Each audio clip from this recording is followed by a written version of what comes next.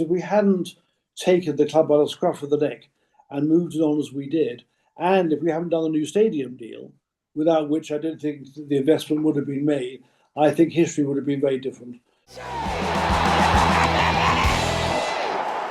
You may have seen the first part of my interview with David Bernstein, the former City chairman, who has a new book out called We Were Really There. He was chairman of the club during the late 90s into the early 2000s at a time of great troubles really for the club, financially and on the field, down to the third tier of English football, and then starting the journey back. And arguably he laid, and his board laid, the foundations for where the club is today. This is part 2 of that interview, in which he talks about his own history, his own business history, how he got involved, why he got involved. And then part 3 on the way very soon will be about the managers and the new stadium. So I hope you enjoy part 2. Part 3 on the way very soon. But here is David Bernstein talking about how and why he got into City. The first, and probably the most important one, is I wanted the fans in particular, particularly younger fans who perhaps under 30, 25, who probably think and feel that the change in our club's fortunes started when the Abu Dhabi people came in, which of course was massively important. But in reality, I believe that the work we did from 1998 onwards and the period covered by the book was absolutely crucial, because if we hadn't taken the club by the scruff of the neck and moved it on as we did, and if we haven't done a new stadium deal, without which I don't think the investment would have been made, I think history would have been very different. So that was one big reason. Secondly, it's a book about change and about how to instigate change in a underperforming organisation, which we did. I think they're the two main reasons. Well, we'll come back in a moment to how you came into the club and what it was like when you picked up the reins. But for somebody who's thinking, shall I buy the book? You know, what's David Bernstein got to say? You know how journalism works. What's the headline going to be? What's everybody going to gravitate towards? What's the most controversial thing that you say in the book?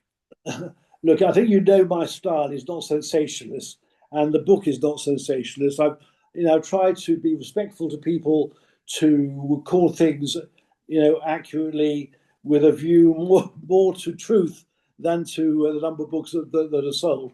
Nevertheless, I think it's a really great story, because it provides a real insight as to what happens inside an organisation such as City and inside a football club.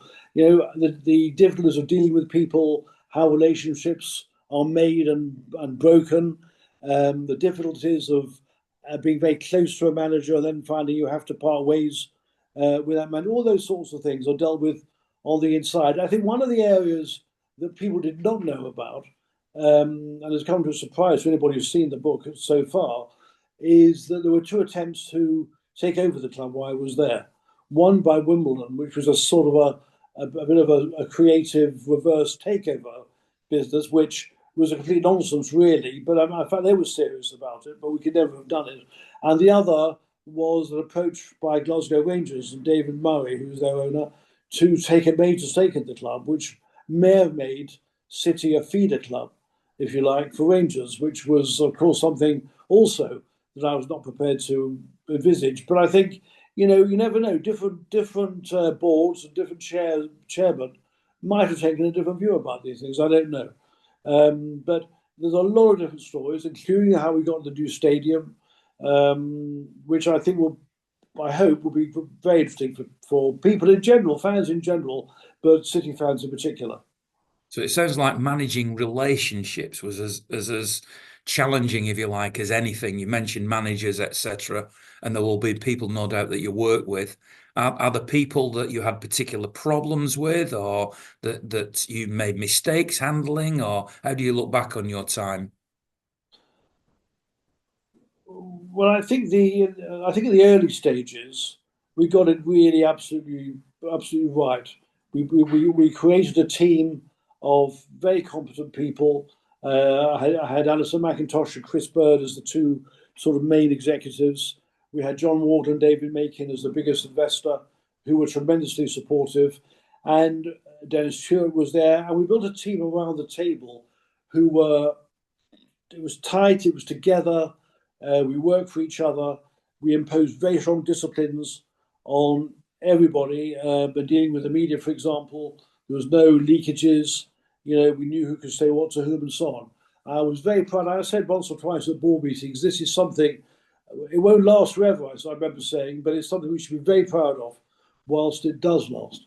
And then, of course, as time went by, and I think it sort of was helped by the club's beginning of a club success, that people who'd been afraid of the club before became a little more confident, a little more assertive, and things started to happen that led to, in the end, a bit of a breakup of that togetherness, and in the end, made me feel that I wasn't really comfortable anymore. And in the end, I left something that I really enjoyed doing.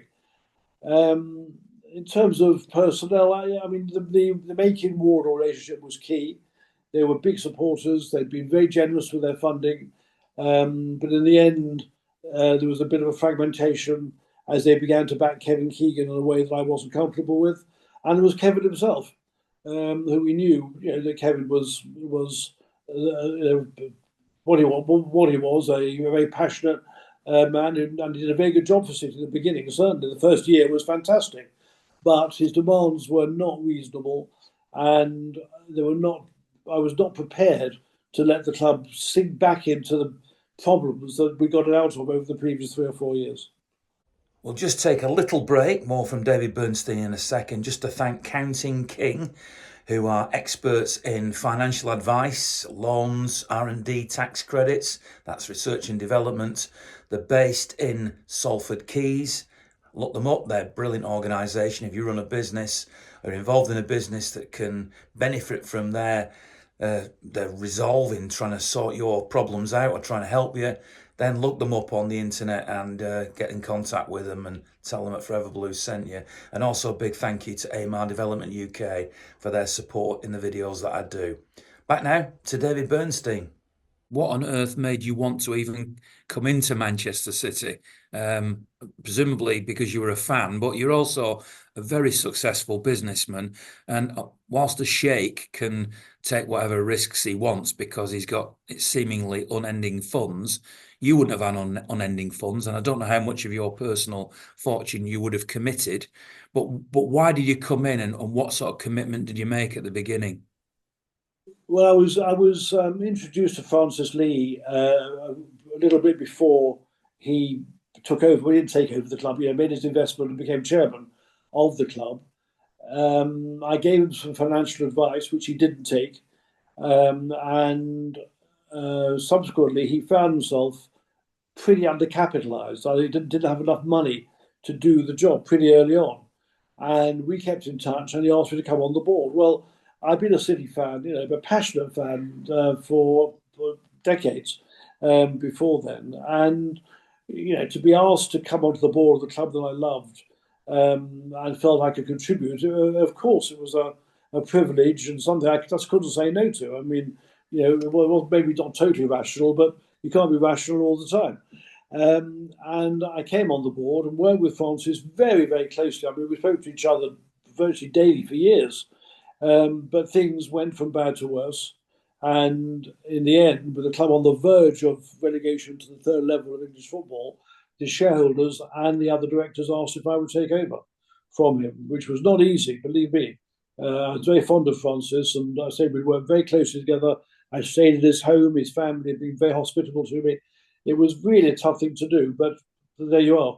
Sometimes you have to do those things, and I took over, and I found it to be a unique challenge.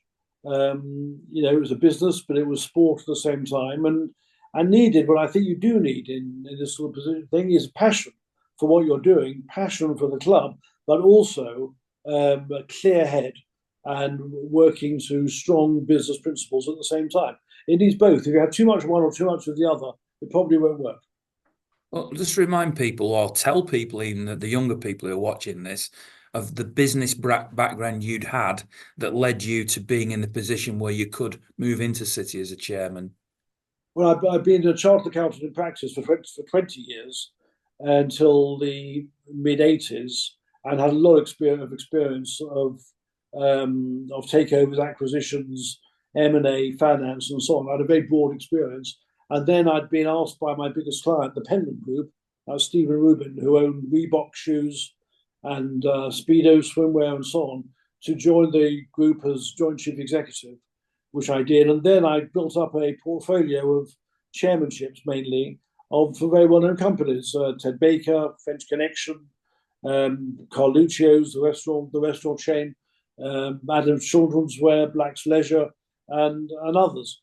So I had a wide range of experience, not in sport, to be fair, but of business and so on, which I think stood me in good stead. But a lot of this revolves around being able to deal with people. People are the key thing. I mean, they're the key thing in life.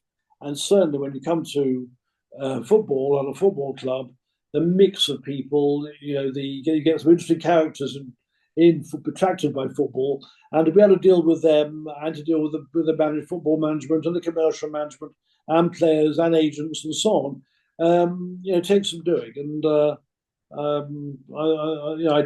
enjoy. I've always enjoyed dealing with people. I enjoy that part of it. Would you describe yourself as having been a wealthy man when you came into City? And was it all about investment? Because obviously, relative to most of us, I suppose you would be wealthy. But I'm thinking, in terms of what we see in football these days, how would your, in inverted commas, wealth compare?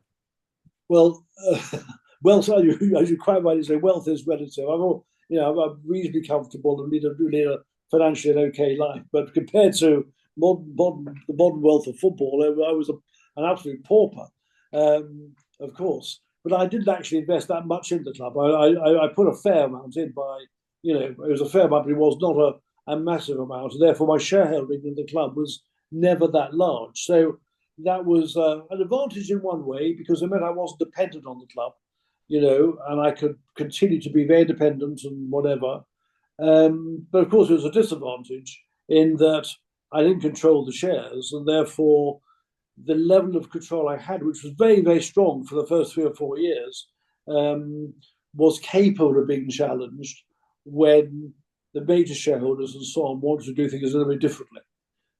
So it was a situation that lasted extremely well, but couldn't last forever, in my view. Paint me a picture of what the club was like, what the state of the club was like. We know on the field, because you've already mentioned it anyway, that City were lurching towards the lower divisions. But obviously, I've talked to John Wardle in the past, and I've met and talked to David Makin plenty of times. And we know that for a while they were paying players wages, and the club was very close to folding, really, going into extinction. At the point you came in, where was the story off the field? It was pretty seriously bad. The club had been left behind. It was still in the 1920s or 30s in many ways. The stadium at Main Road, which I love Main Road, my sort of spiritual sporting home, but nevertheless, it was not in a great state. It needed investment. It was falling behind the stadiums that other clubs had. We amazingly didn't have a proper training ground. I mean, for a major sports league organisation not to have training facilities of such or of any quality was incredible. But we didn't have a proper training ground. We didn't have a proper store. The store to sell merchandise and so on was the size of someone's kitchen table. The whole fabric of the club was way behind where it should have been. And to be honest, the management, by that I mean the commercial management of the club, was also pretty poor. The quality of the people in the club, some were there for the wrong reasons, and had been a degree of nepotism beforehand, and all sorts of things. It was just poorly run. So if you compared it with other clubs of a similar size, and then particularly with Man United at the time, who were in a different sort of galaxy from us, it gave us a lot of catching up to do.